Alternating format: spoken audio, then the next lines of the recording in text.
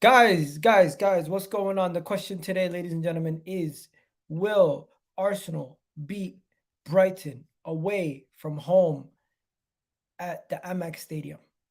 Let me know in the chat. What's your score predictions? Let me know where you're watching from. Let me know where you're going to be watching this video. If you're watching on replay or if you're watching it live, let me know. Also, Chelsea are reportedly going to be coming in for Mikel Mudryk now. Are you concerned? I'm not. We also have an issue with William Saliba. Could he be suspended the next game if he picks up a yellow card? That's very concerning. And we also have a major boost from the Brighton side. Let's get this show started. Hit that like button, hit that subscribe button, and don't go anywhere.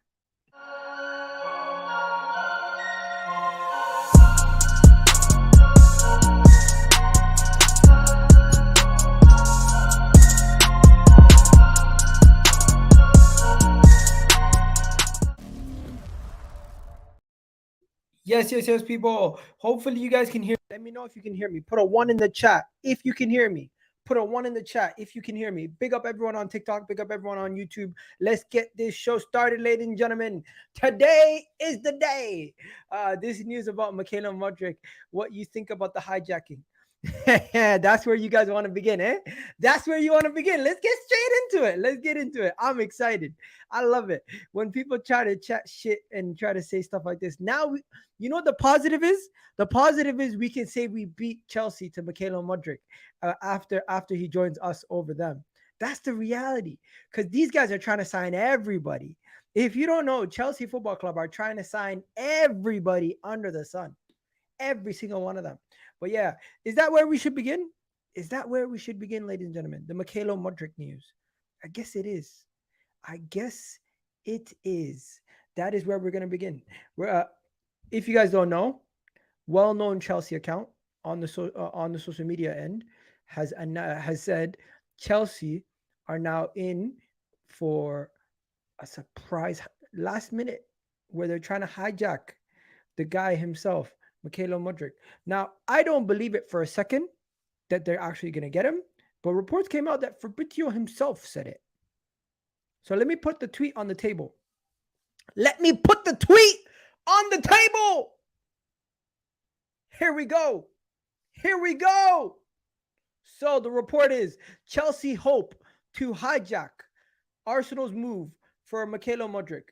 What that could mean, they might try to speak to Shakhtar and see if they can get the deal done quicker than us in the next coming days. Another thing it could mean, they could try to outbid us for the player. There's many different things this could mean.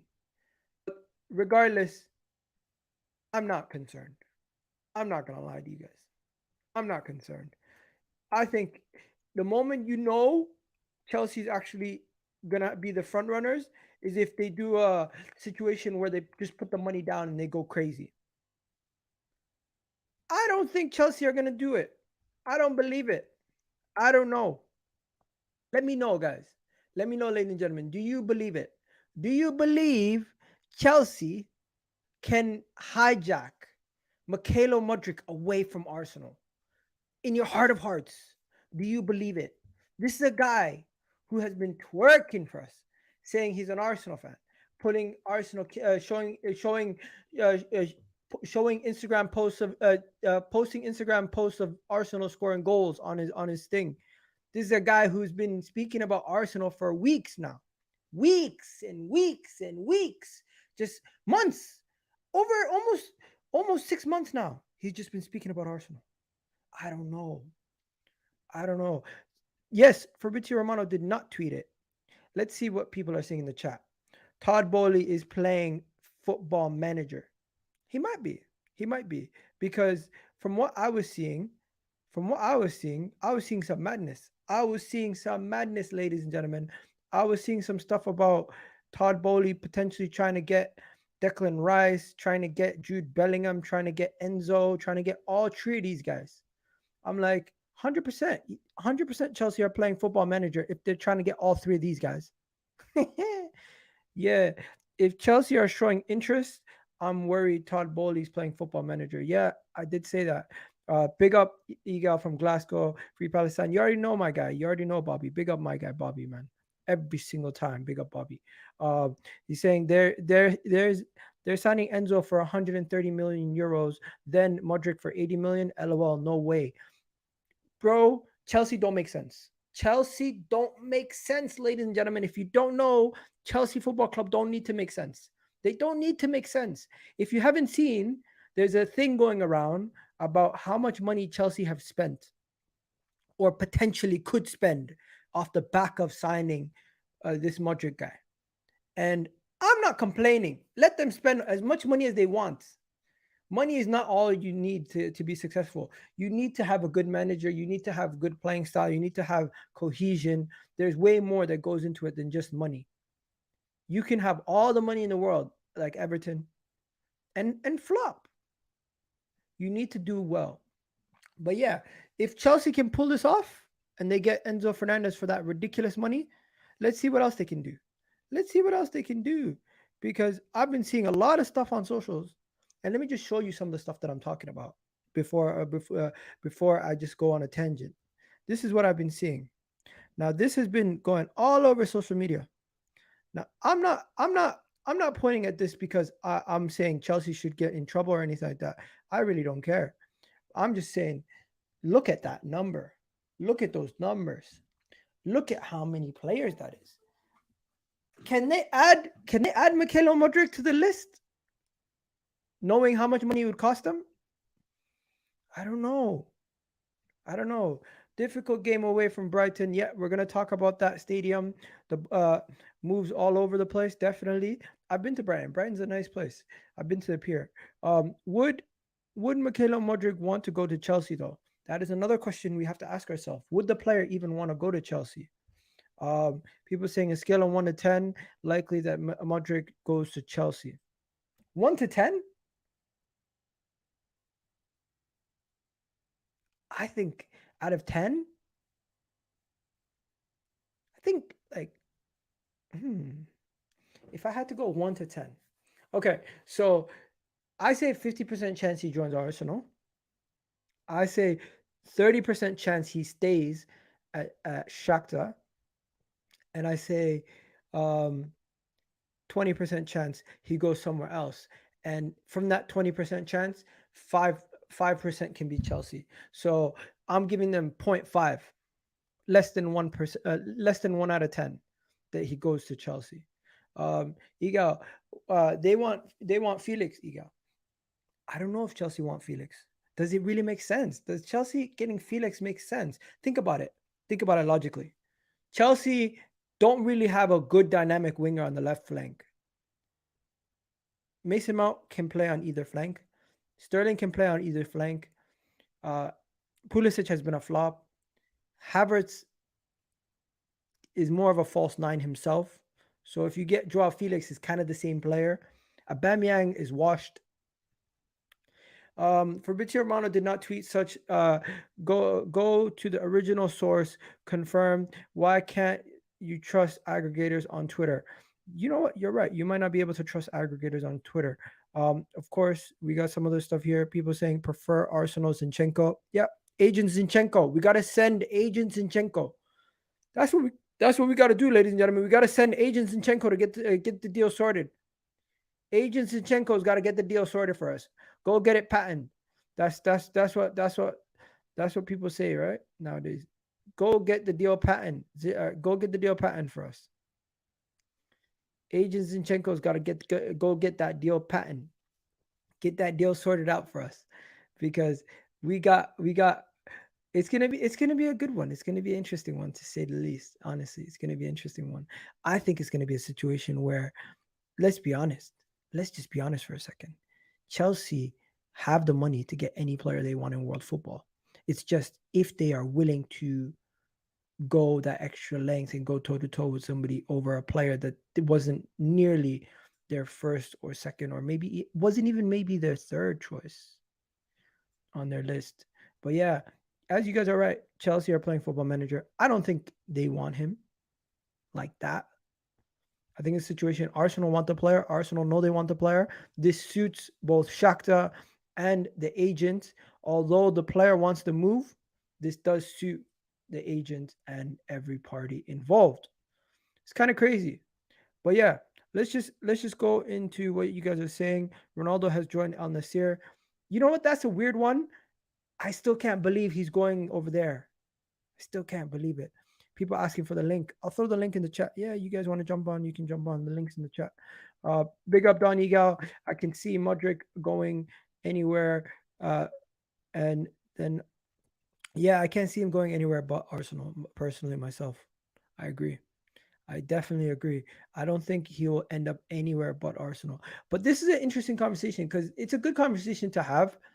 If we see a Premier League rival, he wants to move to the Premier League. He's made it evident he wants to move to the Premier League. He's made it evident he wants to join Arsenal. Let's be honest. If Chelsea offer him a better pay package, we're gonna have to match it or not. 40 million, 20, 40 watching, 20 likes. Come on, hit those likes button. Definitely, guys. Come on, hit that like button. It's absolutely free. What's up, Egal? Tomorrow we feast. We're gonna talk about tomorrow. We're gonna get on to tomorrow. I promise. What's going on, my guy? How you Yo, doing? pick up. What you saying? Mikel Mudryk. Do you think Chelsea could even get him? Because I don't believe it. Kind of just thinking it's BS. Bro, these man have so much money. It's like I don't know where Todd Bowley's getting all this money from. Like it's mad. Like apparently they might sign Enzo Fernandez, and they're willing to pay that ridiculous release clause. So these man can do anything. But I'm hoping Arsenal, because they've been very quick um in the past transfer window. Hopefully they can wrap up this deal really quickly because this guy's been twerking for so long for us. So if we don't get him and Chelsea end up getting him, it's a big slap in the face, man. So I hope we're quick. There's a certain limit where I know Arsenal won't go over, like probably the 70 million mark. I don't think they'd pay more than that because, bro, paying 100 million euros for this guy is way too much, and the risk of that as well is massive. A hundred But million I, euros that bad? yeah, bro, come on. This guy is way more unproven than the likes of even Antony Grealish, because even Antony and Grealish were like more known players than this You know guy. what? I don't think it's ever going to get to the 100 million price tag. I genuinely do not believe it will ever get to a 100 million pound Apparently, player. that's what they're asking for, and they're Yeah. seeing all these big money signings, and they're saying, "Oh, our guy's probably similar quality." So I understand where they're coming from, but bro, this guy is not worth that much money. What is my guy talking about the poll? Yeah, 89%. What do you think? This is all Arsenal fans. Of course we think we're going to beat Brighton. What you think we're like Chelsea right now where we don't know if we're going to be able to beat Brighton. Enzo is better than the 100 million. Uh I don't even think Enzo's a 100 million pound player. I think players nowadays the prices are just based on potential. That's the reality. None of Prices are these. based prices are based solely on potential. That's what the reality is. You're paying for potential. That's what it is. If you have potential, you're paying for it. Brighton are a decent team. I'm not writing off Brighton, but I just think Arsenal are better. And I'm going to talk about Brighton in a bit. Brighton have a lot of players missing this upcoming game. A lot. A lot. But yeah, we got someone trying to join. Um, I see you're trying to join, Ian, but it's not connecting. Let's move on now. We got to talk about Mikel Arteta. We got to talk about Mikel Arteta's press conference. Because did you see Mikel Arteta's press conference? Yeah, I saw some of it. He was speaking and he's like, I can't talk about players who are not Arsenal. I don't get these reporters when they ask Arteta these type of questions. You know, this guy's just gonna deny it straight off. Do you think And they that, ask him the wrong questions? nah, Arteta's just been like that from the start. He does not answer transfer questions when you I I think mention they a do a player. good job. I think they do a good job trying to get something out of him. But He- Arteta, we know Arteta at this point, he's not going to give you anything. You Yeah, have to you have to work hard to get something out of him. That's the especially reality. when the deal's not really over the line yet. He's Yeah. definitely not You gonna know answer. what? I'm just gonna play the audio for you guys so you guys can hear what he actually said, so you know what he said. Oh no, that's Arsene Wenger. Um, when he was asked about Tomiyasu's injury, he was asked about Emil Smith Rowe. What should we talk about first? Let's go straight to the one where he spoke about the other one first. One second. Where's the one where he spoke about? Here we go. Where he spoke about Mudryk. Can you hear it?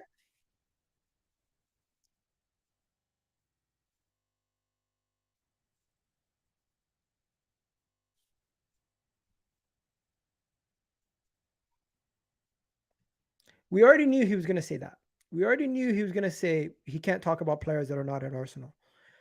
He spoke about ESR. Yes, he did. We're going to talk about that in a second. But he also spoke about Arsene Wenger. Wait, is ESL back in training?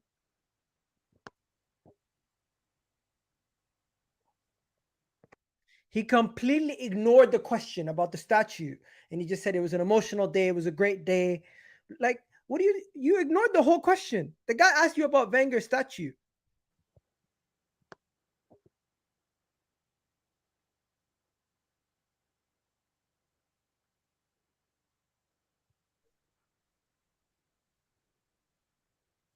What the hell is he talking about?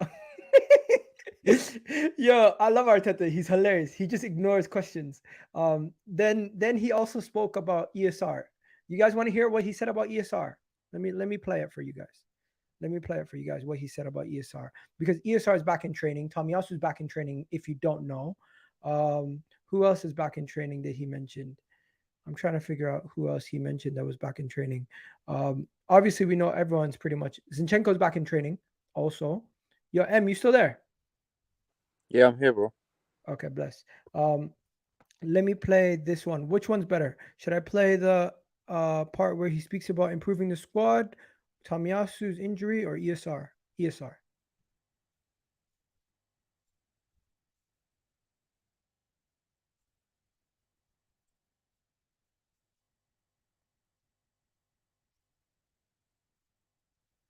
You know what? I'm happy. I'm happy that he mentioned ESR because wait. You guys can't hear anything? M, you couldn't hear anything? No, I can't hear anything. What the hell? Why don't you say something, for God's sakes? Bro, I thought that the viewers would hear, but not I wouldn't hear. Do you know what I mean? What the hell? So this whole time you guys couldn't hear shit. I'm just sitting there.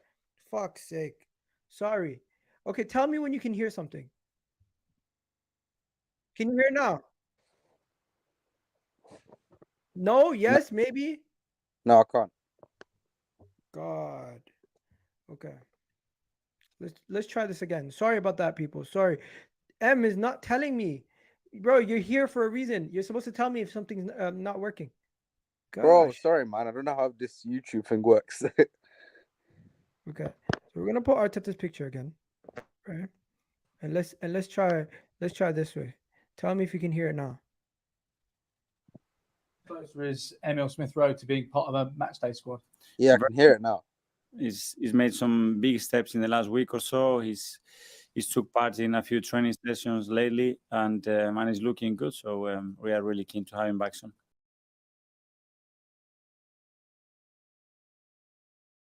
Can you hear it still? Yeah, I can hear that. Is it gone now? Yeah. Okay, so that's what he said about Emil Smith Rowe. He's very happy that he's back in the training sessions. He's doing what he's doing.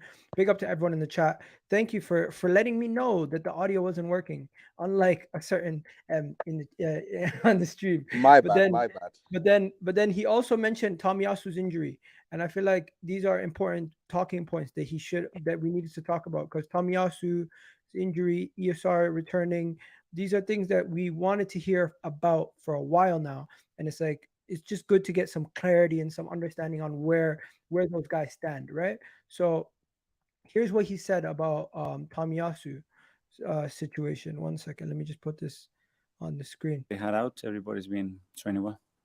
Everything is good so far, apart from the players that we already had out. Everybody's been training well. Yeah, he's getting closer and closer. He's been training with us, so he's available. He'll be available Yeah. for selection. So Tomiyasu is going to be available for for everything. And then the Arsene Wenger thing, he basically just didn't tell us anything about Arsene. He kind of just tippy-toed around the question. Now, let me just go back to the Mikel Mudryk one, because that's the one you really want to hear, right? Am I wrong? Mohammed, I'm gonna add you in a second. Don't worry. But yeah, this is the one where he spoke about Mudryk. Let me just show you guys. This is the one where he speaks about Mudryk. Talked with Arsenal about the signing of Mudryk. Have you got any indication on that transfer? Is it moving closer, or is it likely to happen? I cannot talk about players that is not Arsenal. You heard that loud and clear? Okay. What the hell? Can you guys hear now? Can you guys hear now? Thank you. Okay. Big up M. M's the guy. He's the tech guy now. But yeah, let's bring in Mohammed. And before we go any further, we're just gonna go back for 1 second. Before we go any further, make sure you guys do hit the like button. Make sure you do subscribe to the channel. I followed you on Twitter. Thank you, Sean. I don't know what your Twitter account is, but message me. And then salute to Sean. Salute to everyone in the chat. Do me a favor, guys. Hit that like button. Let's just go back to Mudryk for a second. The Brighton manager mentioned something about Mudryk, that he felt like he could have the potential to win a Ballon d'Or in the future. But Sky Sports, instead of tweeting Arsenal target, they tweeted this, and they started all this drama. They started all this drama. Basically, Brighton manager said Arsenal target Mikel Mudryk could win the Ballon d'Or in the future. That's how much he rates this guy. He rates him that highly, where he feels like he could win the Ballon d'Or. But he said it flippantly. He didn't say it in a way where it was like, oh, I guarantee you this guy's going to win the Ballon d'Or. He just said he has the potential to do that, right? And I'm surprised that you got someone talking about Arsenal potential signings in their press conference. Why are they asking about that? To get headlines like this. But they messed up, because instead of saying Brighton manager has spoken about Arsenal target, they said Brighton manager has tipped Arsenal's Mikel Mudryk to win the Ballon d'Or, as if we've already signed him. So what do they know? What do they know that we don't know? Is this a mistake, or is this a mistake, or is this just some little bit of telling us something we don't know yet? I don't know. Bro, he basically drove Mudryk's price up, man. Now we're probably gonna have to pay more money, just because he said that. You think that's what he's doing? Yeah, man. Sorry about that, guys. I'm gonna have to figure out a way to give you guys the press conference information without actually like reading it, because the audio is not working. I don't like reading, so I'm gonna have to figure out something. But in the meanwhile, it's a work in progress. We got 64 people in the chat right now. Do me a favor, hit that like button, hit that subscribe button. Let's continue. We're gonna go to Mohammed in a second, but before we go any further, hit that like button, guys. Hit that subscribe button. Mohammed, how you doing today? Hi, how are you, Gal? Good evening. I'm doing good. Mohammed, just quick point. Are you concerned about Chelsea coming in for Mikel Mudryk at all? Yes, I read the news a few minutes ago. Chelsea are spending madly, really, signing many players, spending big money, and now they are on the cusp of maybe signing Enzo Fernandez, one of the best players in the World Cup for Argentina, of course. So, yes, we must act quickly. We must act quickly and wrap up these deals, this important deal for us in the next 48 hours. And also, 2 days ago, Fabrizio Romano said Arsenal must act quickly because the market is crazy. Jack Budil, we knew about it. Liverpool jumped in, and in 1 day they closed the deal. And we remembered about Luis Diaz also a year ago. He was going to another club, to Spurs, and Liverpool jumped and clinched the deal in just 1 day. So Arsenal must hurry, must act quickly. We must be decisive. Not every potential deal for us, for Arsenal, to be like a saga second bid, first bid, second bid, third bid, long negotiations. We must act. We must be really quick. And I think Liverpool is a model for me, really, in the last few years. They took the good players that they want and fastly. They act fast. We must be like Liverpool, clinching the wanted deals in a short time to be decisive and hurry quickly in the negotiations. So I think the next 48 hours is crucial.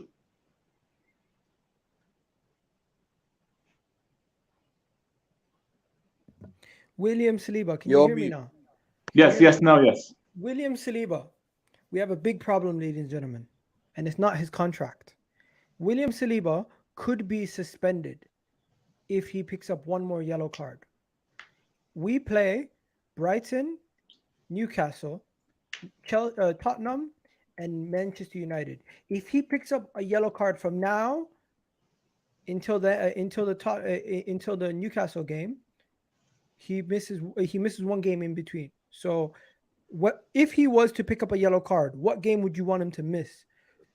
Because I think the best thing to do is for him to play against Brighton and pick up a yellow card late in the game and miss the Newcastle game. Because guess what? I don't care about the fact that Newcastle's at home and it's a tough game. I feel more comfortable that we can win against Newcastle at home than I do Tottenham away with Saliba out. We need Saliba to pick up a yellow card in this game versus Brighton, because he cannot miss the game away from home against Tottenham. Newcastle, I'm not disrespecting them, but what is more important to you? The best team available for the home game against Newcastle or the best team available against Tottenham? I think the best case scenario is the best thing for both, but I don't think we can get I don't think we're going to get away with him not picking up a yellow card from now until the end of the whole fixtures. I think, Igal, the next few matches all are tough, difficult, important, crucial also. If you asked me this question few days ago before the West Ham game. When is the Oxford game? No, I think the FA Cup is separated from the league. Oh, but when is it? When is it? Because after Newcastle. Okay, so after the Newcastle game. Okay, so if he doesn't pick up a yellow card against Brighton and he picks up a yellow card against Newcastle, he misses the Oxford United game, not the Tottenham game. No, I think the rules for the FA Cup booking is separated. FA Cup's included, my friend. It's a domestic yellow card. Yes, I know. The red card is joint between all the competitions, but I think the yellow is separated. You can check. You can check. If you asked me, Igal, this question before the West Ham game, I will answer you that I prefer Saliba to miss Brighton. So against West Ham, to took the fifth caution and to be suspended against Brighton and play against Newcastle, Spurs, and United. I'm looking at this. I'm just going to be honest. Everyone, if this is correct, what Thunder Road is telling me, I think this is the best way, because FA Cup is included, Mohammed. It is included. So this is positive news, because I was worried. I was extremely worried that that it was going to be a situation where he could miss an important Premier League game. But if he misses the Oxford United game, I'm not too concerned. Yes, I'm not of course. as concerned. Of course, surely. Right? Yeah. Because there's 4 games. There's potentially 4 games. Brighton, Newcastle, Tottenham, Manchester United, 4 important Premier League games, and we want to stay at the top of the table. We want to stay as high up the table as possible. And I think, Igal, you agree with me. Our results in these 4 games will determine our shape entering February to be in a good, healthy situation, competing for the title with City or not. So that's true. Crucial, difficult. We know even tomorrow's game against Brighton, we have a bad record at the Amex. Brighton always tough at home. We had a bad record against Spurs away. So these 2 matches are bogey matches, and Newcastle are having a wonderful, superb season. They are very strong. And also, United are improving match by match. So our results in these 4 matches will determine our situation entering February. Will be in a good situation in the first place or the second place. How is the difference with points between us and City? So these 4 matches is a key for us if we want to continue competing with the title. Oh, of course, all together with new good top signing in January, Mudryk and another deal. Let me just stop you there. M, do you have anything to say about Saliba's thing, or you want to just move on? With Saliba, it's just we can't afford to miss him for any of those games, like Brighton, Newcastle. But what I'm hoping is he misses the Oxford game. That's going to probably be the best game that he can miss because we probably would need him in that game. So let's hope and pray that he manages to keep his discipline and doesn't get a yellow card. I know that's going to be tough for him because, bro, getting for a centre back to not pick up a yellow card, that's very difficult. But let's hope. That's what we can do. Okay, we're now going to go to Joao Felix because we cannot forget Joao Felix is still heavily linked to Arsenal, and he is not going away. The situation is he just scored a goal yesterday for his club, and Arsenal are still in one of the best positions. Arsenal are still the team that are in the best position to sign him. Arsenal are one of the best position. What do you call it? Best positioned teams for him to sign for personally himself. Let's be honest. If he was to pick a team he could go to, I think Arsenal would be the fit for him. I think Manchester United would be an okay fit, but Martial's a good option. Jesus is a good option. They're both good options, but he could find a way into those 2 teams. Chelsea don't make sense. Man City don't make sense. Liverpool don't make sense. But Arsenal and Manchester United make sense. The situation is we want Mudryk. If we don't get Mudryk, we might get this guy, and he might be the alternative to Mudryk. Talk to me. Sorry, Mohammed. Let me just go. Let M go first. M, what are you saying? So I've been seeing that we've been linked with both Joao Felix and Mudryk. We're not getting both. As good as that would be, I don't think we would be able to get both. But if we were to get one in, I'd prefer Felix. And people have this thing that Felix can only play down the middle. I think he can play on both wings, if I'm being honest.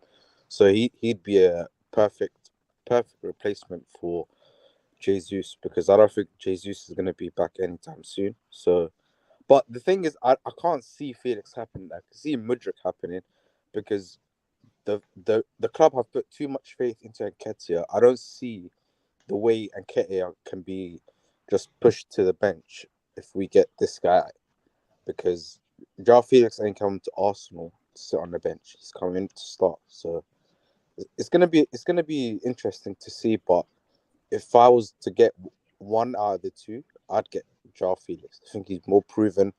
I think he's got more to offer as well. I think he's a better player as well. So yeah, man. Joao Felix. Let's hope we can get that done. People, everyone in the chat, let me know if you had the choice, Joao Felix or Mudryk. Let me know who you're picking. Mohammed, I was gonna go to you, but I'm strapped on time. I'm trying to move past this quick. So if you could keep it short on the Mudryk, on the Felix. Yes. For me, a dream window will be getting Mudryk on a permanent deal and getting Felix on a loan deal until the. You think that's realistic though?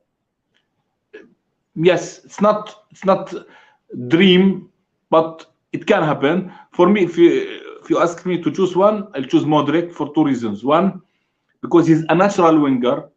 He has electric pace, good technique.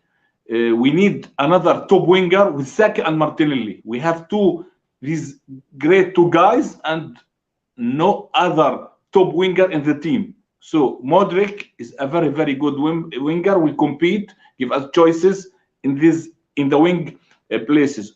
And Mudryk will be a permanent deal, long-term player with us. So he will cope with the team, coordinate with the team in these next few months, and will be inshallah one of the stars of the team in the next years. So if I will choose one, I will choose Mudryk, and a dream window will be Mudryk on a permanent and maybe Felix on 6-month loan until the end of the season. Depends on the financial deal of Felix, of course. Let me just see what people are saying. No sell on Europe. Europe is broke. Okay. People saying both. People saying bring a poll. Interesting. I should do a poll. I've done a poll on this topic many times. Big up W on Arsenal. You know what? Big W's. And you know what? Brighton, we're going to be playing them this week. And Brighton got a lot of W's coming also. But let's talk about another player who's been performing out of his skin over there in France. Is Balogun better than Eddie Nketiah? Is Balogun better than Eddie Nketiah? In your eyes, do you think he's better than Eddie Nketiah? Because what he's doing in France, the guy has he's fourth in Ligue 1's goal charts, tied with Lacazette. It's kind of crazy to think Lacazette scored 10 goals already this season for Ligue 1 for Lyon, and Balogun scored 10 goals, and we had both of them in our team last season. That's mental. They have 20 goals already this season, and both of them were in our team last year. They couldn't even get close to that. That is mental. That is insane. But let me know, people. Is Balogun better than Eddie Nketiah, or is the French league just that bad? Because I can't fathom that the guy has that many goals already. People are saying Joao Felix is injury prone. I agree. He is injury prone. Felix can play multiple positions. I agree. He can play multiple positions. But I think Joao Felix has a higher ceiling. Call me crazy. I think I think Mudryk has a higher ceiling than Joao Felix. Yes. Personally. What? But I do. I genuinely Are believe you guys Mudryk. okay? What? Mudryk Felix is more experienced, but Mudryk is more. He's 21 only, so he has a bright future. No. Felix is more experienced than Mudryk, but Mudryk, of course, he has a high ceiling. You has know a what, bright bro? future. We're gonna be here all day. Bro, Felix is just looking. He's not looking as good because he's in an Atletico side who play one of the worst footballing styles I've ever seen. Put Joao Felix in a City, put him in a Liverpool, put him out at Bayern, even put him out at Arsenal.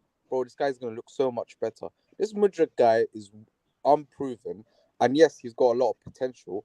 But have we seen Mudryk? All these compilations, we haven't seen Mudryk come up against a team that are going to be sitting back. All these teams that we are going to be playing in the next few fixtures are going to be sitting back.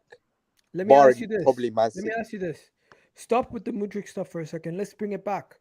We're going to go into the match preview in a second. But before we do that, free agent in the summer, a La Liga striker that we've been linked to many times. He just won a Ballon d'Or, Karim Benzema. Would you touch him?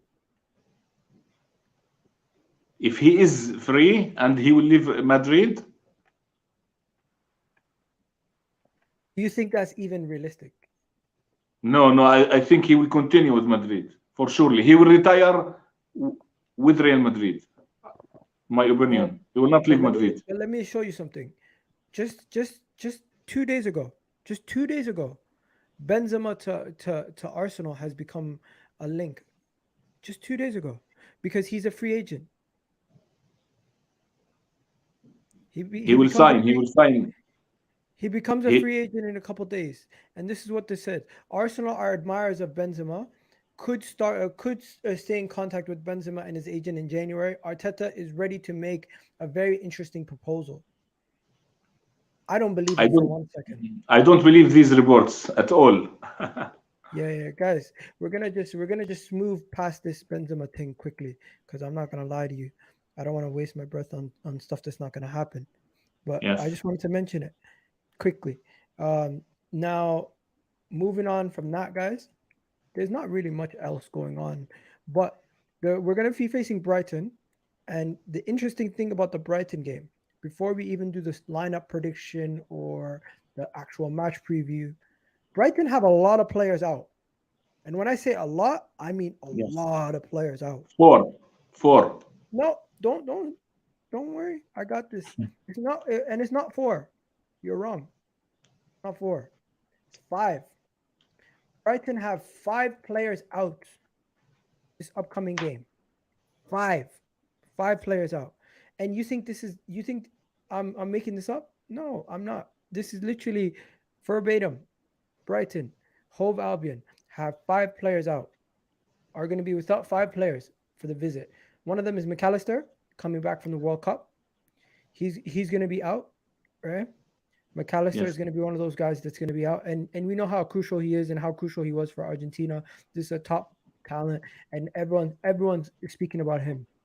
And right now they have an £80 million price tag on his head top.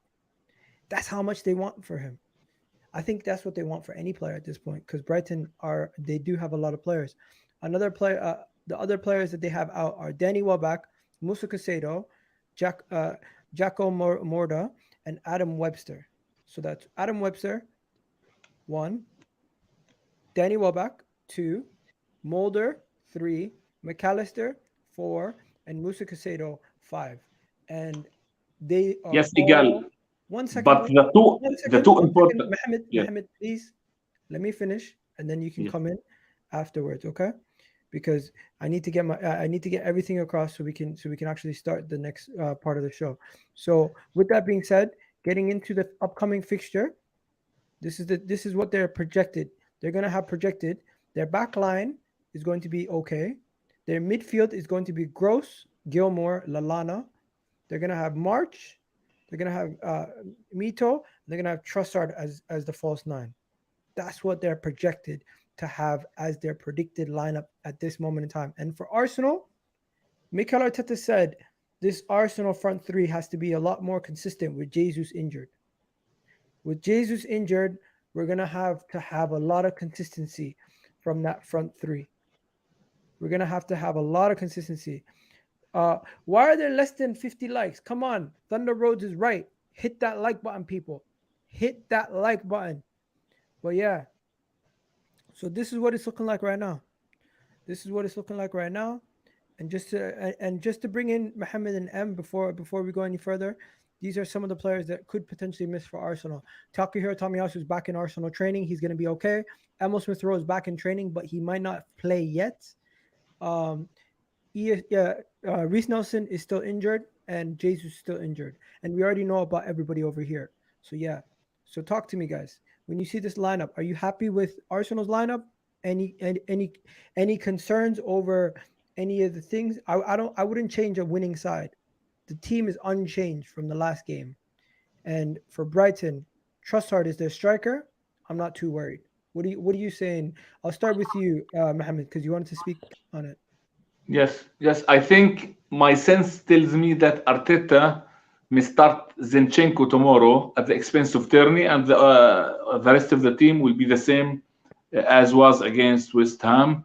So my feeling is that Zinchenko will start at the expense of Tierney, because we knew from the experience that when Zinchenko is fully fit, Arteta threw him straight away into the starting 11 in the matches. And about the absentees of Brighton, I think two key players is Allister and Caicedo, two top midfielders. So we must impose ourselves on the midfield. We must control the midfield in the absence of Allister and also Caicedo. For me, the dangerous players, Brighton, will be Solly March. He scored a wonder goal against Southampton last week, and of course Trossard and Mito, the Japanese player. These three players, the more dangerous player in the Brighton side. But the crucial absentees of their midfield, we must impose ourselves in midfield from minute 1 to the last minute, and to score first, and to impose our style of play, to dominate the match, and inshallah get another crucial 3 points. I don't think this team changes. The Arsenal team is unchanged. Do you have anything to say on this team? Yeah, I generally think that's going to be the team tomorrow. I think Tierney did well against West Ham, but I think Zinchenko, the way Arteta plays, is just way more suited to that. And yeah, man, I think that's going to be the starting 11 for tomorrow. Brighton are a threat, man, and we don't have a good record away at Brighton, so we really need to be on our A game if we're going to get anything. Trossard, I think even Gross, Lallana, I think these men are going to be a threat as well. Solly March also. Billy Gilmore's a decent player as well, so bro, it's gonna be a tough game. But I'm going. Should I give my prediction or should I give it later?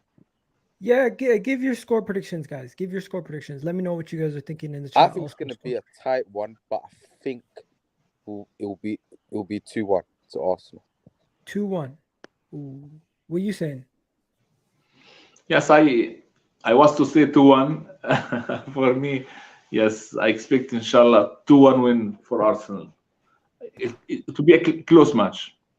People in the chat, let me know what you guys are saying. What's your score prediction for this upcoming game versus Brighton? I'm not gonna lie to you guys. I want Arsenal to go out there and just get the victory. I don't really care how we do it. If it's the same scoreline as against West Ham, I think that's more or less it's going to be a flattering scoreline. I think it's going to be a 3-1. It's going to be a situation where, similar to West Ham, we were shaking it for a little bit, but we come out at the end of the day with a comfortable win at the end of the day. I think 2-1 is still a little too scary for me because Brighton do have a history of nicking it against us late in games. So we're very lucky that a lot of their good players are out and we're facing them at a good time with all these key players out. Big blows for them, big boost for us. And I'm very excited to see how we perform. I'm looking at Brighton. They're a side who, after the World Cup break, you would think because of some of their key players going to a World Cup and missing, that Southampton game, I thought they were going to guarantee they were going to win it. I thought guaranteed they're going to win that game, their previous game, and they're going to absolutely smash some teams. But you know what? Sometimes Premier League is not how you think it's going to go. Sometimes it's a lot closer, and Arsenal versus Brighton is going to be that game where it could be cagey. I'm looking at their strengths, Brighton, and I'm looking at their weaknesses. I think they're prone to a lot of errors. I think this is a team that could definitely make some mistakes at the back, and if we press them, we could see some issues from there. I don't think they're going to be that press resistant, especially with Caicedo and McAllister out. So with those two pieces out, we got to press them, we got to cause them, we got to make them make mistakes, and we got to take advantage of those mistakes, get them counter and score, because that's how we win our games. Quick winning the ball back, quick high up the pitch, 2-on-1, 3-on-1, bang. And right now, our players are in form. We have some of the best players in this league. Partey, Xhaka, Odegaard, Saka, Martinelli, Saliba, Ben White are all some of the best players in their position in form in the Premier League. So we'll have to wait and see. But Mohammed, really do appreciate you guys coming on. I'm just gonna speak to the comment section for the rest of the show. But yeah, big up for coming on. Really do appreciate it, my guys. And then what are we saying? People saying 2-0 Arsenal. I think 2-1 Arsenal. I think 2-0 Arsenal. I think 3-0 Arsenal. I think 2-1 Arsenal. Wow. Let's see if any of you guys have any questions in the chat. Any questions, throw it in right now. I'm just gonna go through some of these. Let's see what people are saying on TikTok.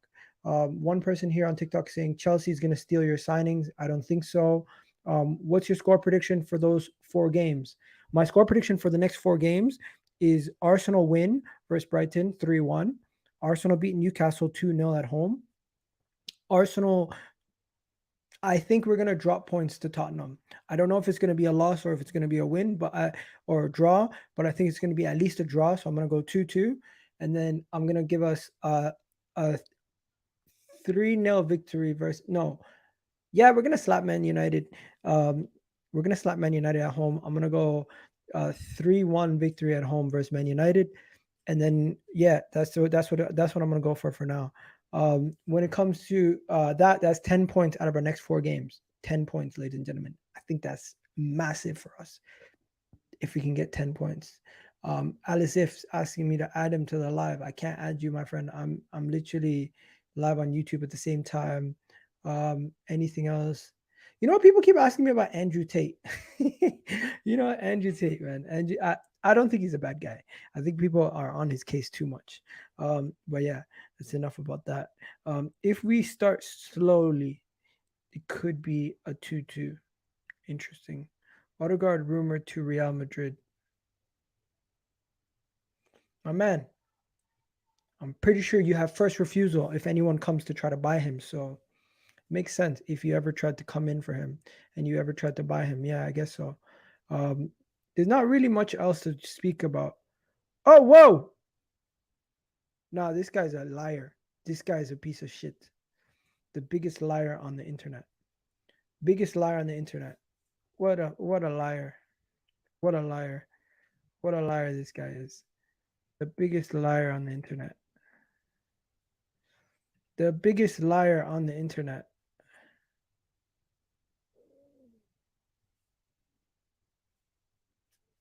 The biggest liar on the internet has reportedly said something again. Nah, this guy's a clown. This guy's a clown. I can't take him serious. If you guys don't know what I'm talking about, this guy here, let me show you what I'm talking about. Let me show you what I'm talking about. This guy here, can you guys see it? This guy here. This guy here, who his source for Mudryk is Steve. Yeah, he just made a claim that Shakhtar are now in talks discussing a structure agreement, which is around 70 million euros, 60 million cash, 15 million add-ons, could satisfy both parties. The next 48 hours are going to be pivotal for the negotiations. I don't believe this guy. I don't believe him. I struggle to believe him, but let's see. Let's see if it's the real. Who's the biggest liar? Air him out.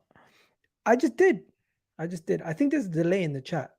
Newcastle are going to be an easy game at home. I know Newcastle aren't going to be an easy game at home, but it's going to be interesting. Anyways, what do you guys think about the Canada kit? What do you guys think about the black Canada kit? I got Alphonso Davies on the back. Alphonso Davies on the back. Can you guys see it? Yeah. The kit came in today, and my red one came in also. But yeah, Mudryk is coming. Just relax. You know what? I think he is. I genuinely do believe he is. It's just I can't trust any of these sources anymore, man. A lot of these sources just chat shit. They just chat so much shit. It's actually annoying. It is. It's so annoying because you can't go 2 minutes without some fake news coming out of nowhere. Canada are dead. You know what? They might be dead, but our kits are nice. That's what I got to say. Our kits are worth it. 4 hours ago, they tweeted the player of the year is Mikel Mudryk for that. Yeah. 5 hours ago. Let's see what Ben Jacobs, good old Ben Jacobs, my guy Ben Jacobs, support. Big fan of the channel. What did he say? He said Shakhtar announced Mikel Mudryk has been named to Fans Player of the Year. Come on. Imagine 22-year-old, 21-year-old, 21-year-old, 21-year-old. That would be amazing. Shakhtar Donetsk. Yeah, yo, did you guys see this tweet? This tweet's funny. Check this out. Shakhtar have been told they want somewhere between Antony's price. Yeah, that one pissed me off.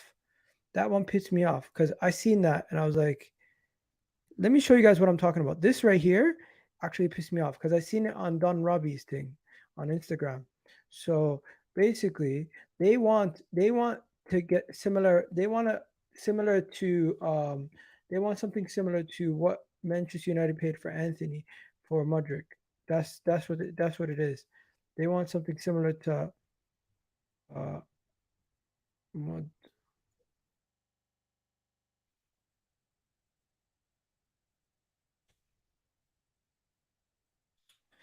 Why is this not coming up? Why is it not coming up? You know what? Sorry, guys. I'm having some technical difficulties today. My apologies. My sincerest apologies. But yeah, let me just find this. Here it is. Here it is. So, this is what the agent said.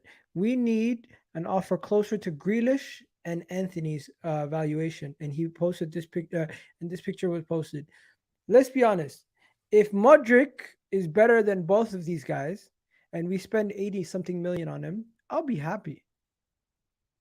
Anthony was overpriced. Yes, he's overpriced, but they're costing us now.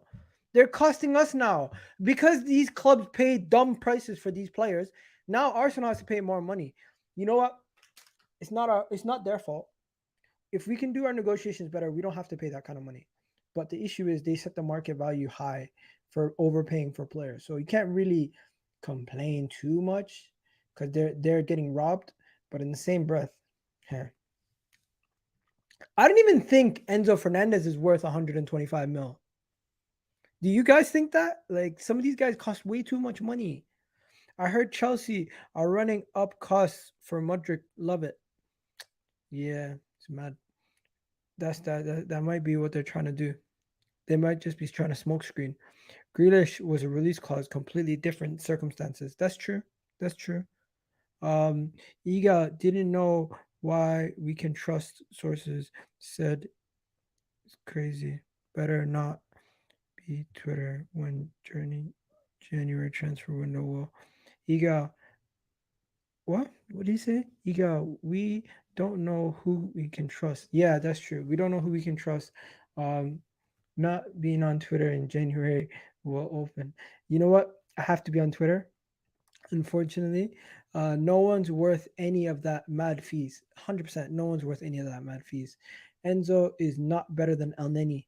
Bro, you're mocking it. You're mocking it at this point. You're mocking it. You're absolutely mocking it. That is mad. That is a mental statement to say. But yeah, let's end it here, people. You guys have yourselves a wonderful day. There's some football that's going to be starting in about 5 minutes. Go enjoy that. I'm gonna have my Turkish shish. What do you call it? Shish with rice and bread and the garlic sauce. But you guys have yourselves a wonderful day. I'll be back tomorrow for the Arsenal game, and have yourselves a wonderful New Year's. If you're whatever you're doing to celebrate it, enjoy yourselves, and I'll speak to you guys very soon. I'm out of here. Love, people.